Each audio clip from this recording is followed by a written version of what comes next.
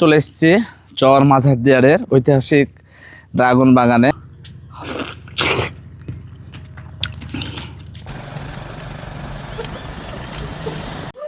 Hello, আসসালামু আলাইকুম। চলে এসেছি আরও একটি ব্লগে। আজকে আমরা যাব চর মাঝারদিয়ারে এবং ঘুরবো চর মাঝারদিয়ারের আনাচে কানাচে, যেখানে অনেক মানুষই এখনও অনেক গল্পই জানে না। তার ভিতরে আজকে উল্লেখযোগ্য ভ্রমণ হচ্ছে ড্রাগন ফল গাছ, সাথে আরও বেশ কিছু প্রাকৃতিক সৌন্দর্য, যেগুলো আসলে আগে না বলে সরাসরি আমরা ভিজিট করব তারপরে, কারণ এটা একটা অমীমাংসিত ঘটনা বা অলিখিত, কখন কোনটা পাওয়া যাবে বলা যাবে না। তো আর দেরি নয়, চলুন আমরা রওনা দিই।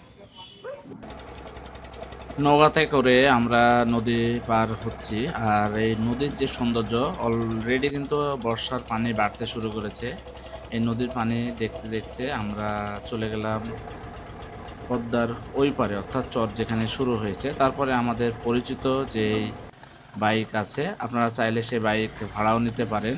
যাওয়া আসা 350 থেকে 550 টাকা করে ভাড়া, এটা একটু দাম দর মিটাই নেবেন। এই বাইকে করে আমরা চরের ভিতর দিয়ে সোজা রওনা দেওয়া শুরু করলাম। এখন চরে হালকা বৃষ্টি হয়েছে, আর চরগুলো সম্পূর্ণ সবুজ, মানে দেখতে আলাদা একটা সুন্দর লাগছে। দেখতে পাচ্ছেন আমাকে, ভালোই একটা মজা করতে করতে কিন্তু আমি যাচ্ছি। মাঝখানে বেশ কিছু মহিষের একটা পাল দেখলাম, মধ্যে একটু না দাঁড়িয়ে পারলাম না, কারণ অসাধারণ লাগছিল। একবারে সবুজের মধ্যে, যেন মনে হচ্ছে মিনি সুইজারল্যান্ডের মধ্যে দিয়ে আমরা ছুটে চলেছি সেই চরের উদ্দেশ্যে।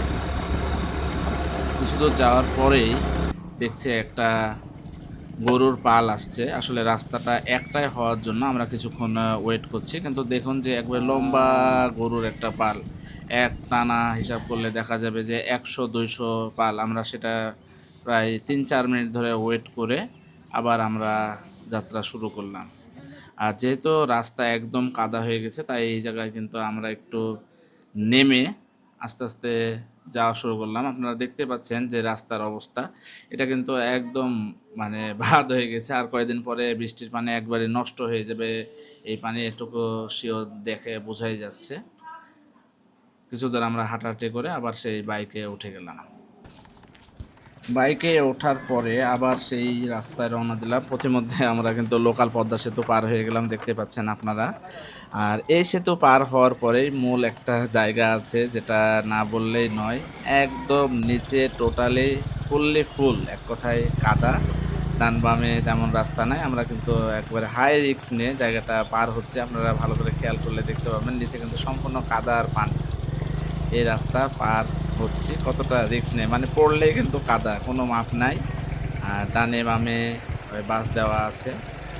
এই হাই রিস্ক নিয়ে রাস্তাটা পার হলাম, তারপরে আবার সেই যাত্রা শুরু করলাম। আর মাঝখানে ভিতর দিয়ে, অর্থাৎ চর মাঝারদিয়ারের ভিতর দিয়ে অলরেডি কিন্তু আমরা চলে এসেছি চর মাঝারদিয়ারের ভিতরে। গ্রামের ভিতর দিয়ে কিছু তো যাওয়ার পরেই আমরা সেই কাঙ্ক্ষিত জায়গায় আমরা কিন্তু চলে আসি। দেখতে পাচ্ছেন যে প্রাকৃতিক সৌন্দর্যগুলো আস্তে আস্তে আমরা খুব সুন্দরভাবে উপভোগ করছি, এবং দুই রাস্তার দুই পাশে পাট গাছ সহ, মানে সবুজ গাছগাছালিতে ভর্তি সেই রাস্তার সৌন্দর্য দেখতে দেখতে আমরা অবশেষে চলে আসলাম আমাদের কাঙ্ক্ষিত ড্রাগন বাগানের সামনে। ফাইনালি আমরা চলে এসেছি চর মাঝারদিয়ারের ঐতিহাসিক ড্রাগন বাগানে। আসলে এটা ঐতিহাসিক বলার কারণ হচ্ছে যে এটাই প্রথম ড্রাগন বাগান, যেটা কিন্তু এই চরে একটাই আছে।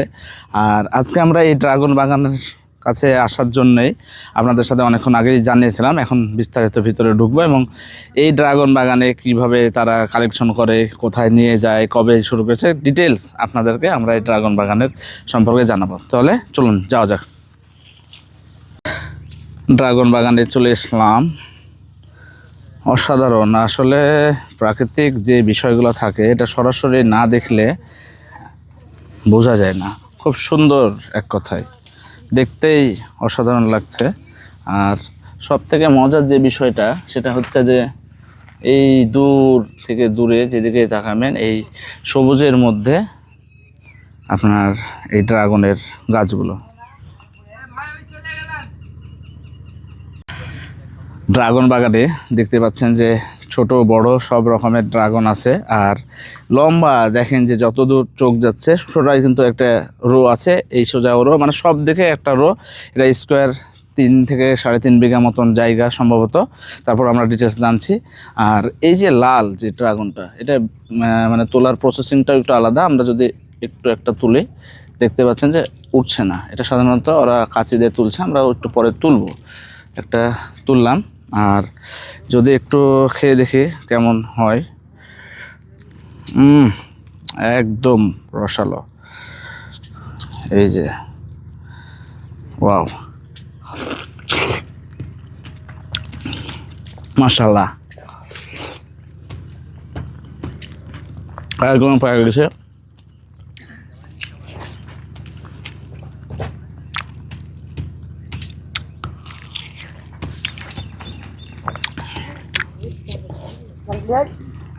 এর থেকে টাটকার হয় না। গাছে এসে গাছ থেকে পাড়ার পরে খাওয়া, তাও আবার কালার দেন, কালার দেখেই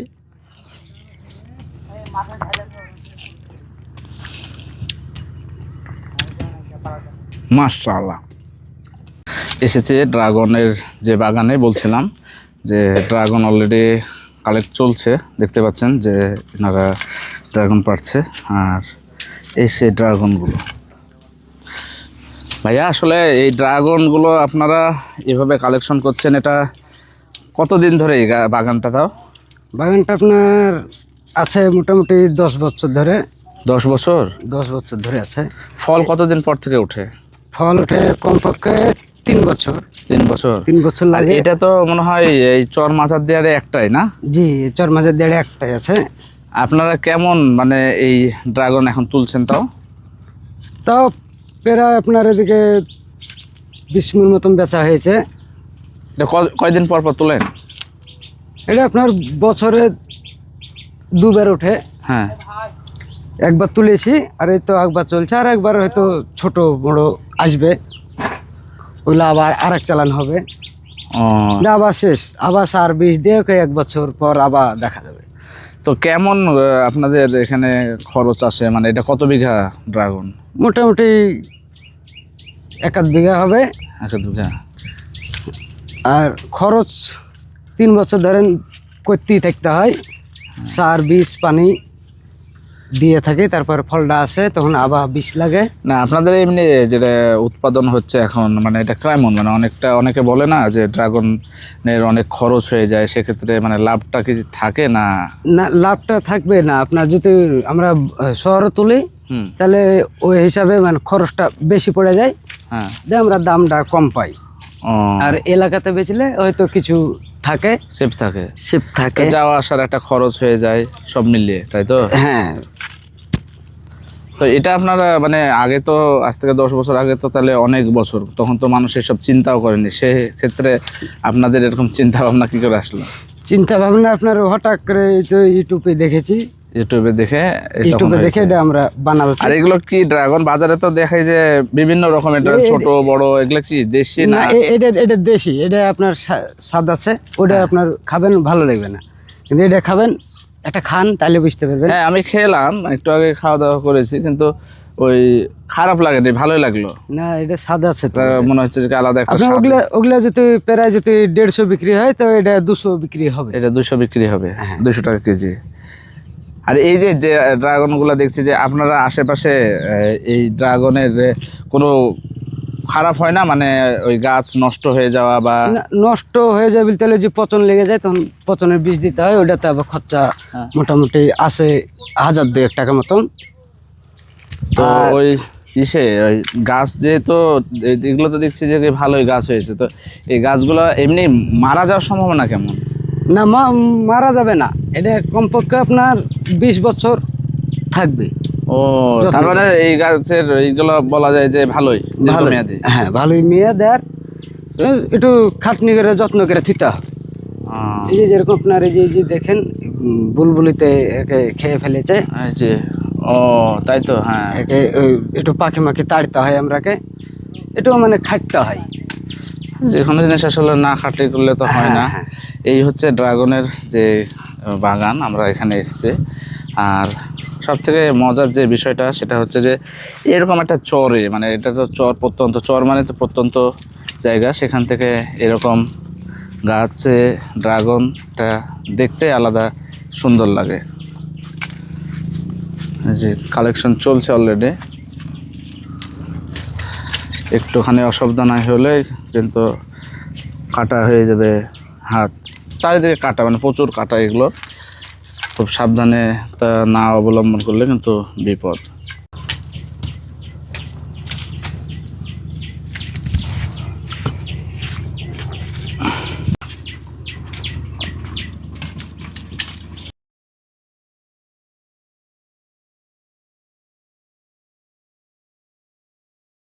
তখন ছিল না।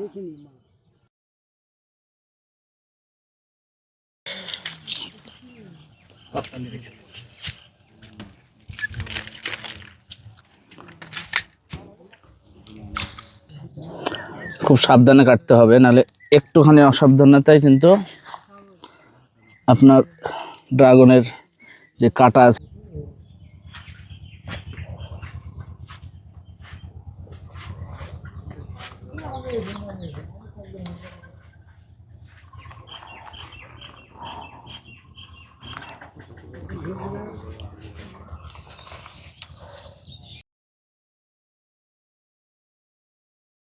ড্রাগন গাছ দেখতে কাটা মনে হলেও কিন্তু গোড়াটা দেখুন যে কী পরিমাণ শিকড় এদের জন্মেছে।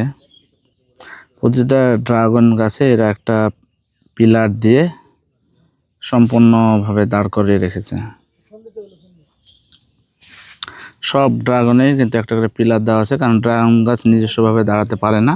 তার জন্য এটা সহকারী হিসেবে একটা খুঁটি বলে লোকালি, খুঁটি দেওয়া হয় যাতে এই গাছগুলো সহজেই থাকতে পারে।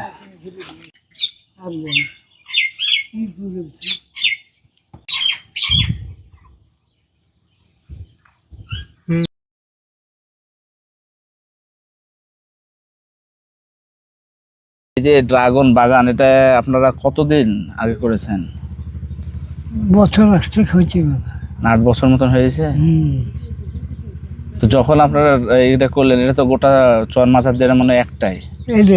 ড্রাগন বাগানের মালিকের সাথে আমরা দীর্ঘক্ষণ ধরে অনেক গল্প করি। আসলে চরের ভিতরে এইরকম একটা জায়গায় তার যে ইচ্ছা এবং সে যে কবে থেকে শুরু করেছে তার ডিটেলস সে আমাদের সাথে অনেক গল্প করলো। প্রায় আধা ঘন্টা মতন আমরা কিন্তু চর নিয়ে অনেক গল্প করেছি। চাচার বক্তব্য অনুযায়ী তখন এই জায়গায় একটা বাড়ি ছিল, সেই জায়গা থেকে সে কিন্তু এখানে এরা সব এগুলো ড্রাগনগুলো বিক্রি করে ফেলে, কারণ এখান থেকে শহরে নিয়ে যাওয়ার যে খরচ হয় তার থেকে প্রায় 10-15 টাকা কেজিতে কম করে বিক্রি করলো এদের এখানে ভালোই লাভ হয়। তার জন্য লোকালি এনারা ম্যাক্সিমাম ক্ষেত্রে ড্রাগনগুলো বিক্রি করে দেয়। কত করে বেচছেন ভাই? 150 করে বেচছে ভাইয়ারা। আর হলো এদের কেজিতে দেখেন যে প্রায় 4টা থেকে 5টাতে 1 কেজি হয়ে যাচ্ছে। এটা একেবারে দেশি, তার জন্য একটু সাইজটা ছোট, তবে খাওয়ার স্বাদ আলাদা, ভালো, খুবই সুন্দর। 6 কেজি হয়েছে। আচ্ছা,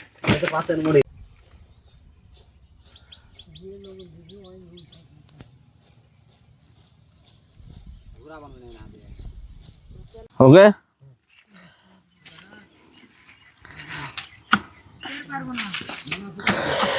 ড্রাগন পাড়া হয়ে গেছে, আপনারা দেখলেন। এইভাবে এই ড্রাগনগুলো লোকাল বাজারে যেটা আছে, এই চর মাচার দিয়ারের একটা আজকে হাটবার, এখানে হাট বসে।